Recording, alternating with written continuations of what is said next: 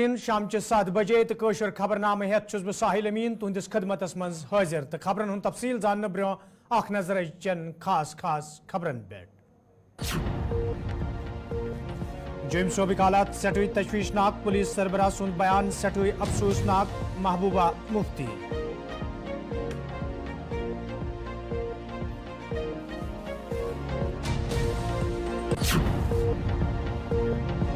militancy ختم کرنس حوالہ مرکزی سرکار وعدہ بند ڈوڈا واقعس پہ راہل گاندھی سند بیان افسوسناک جے کرشن ریڈی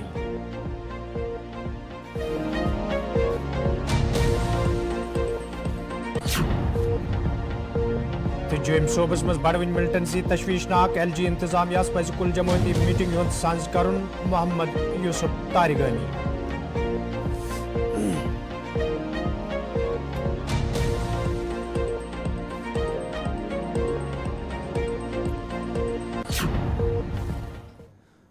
تو ناظرین پیش خبرن ہند تفصیل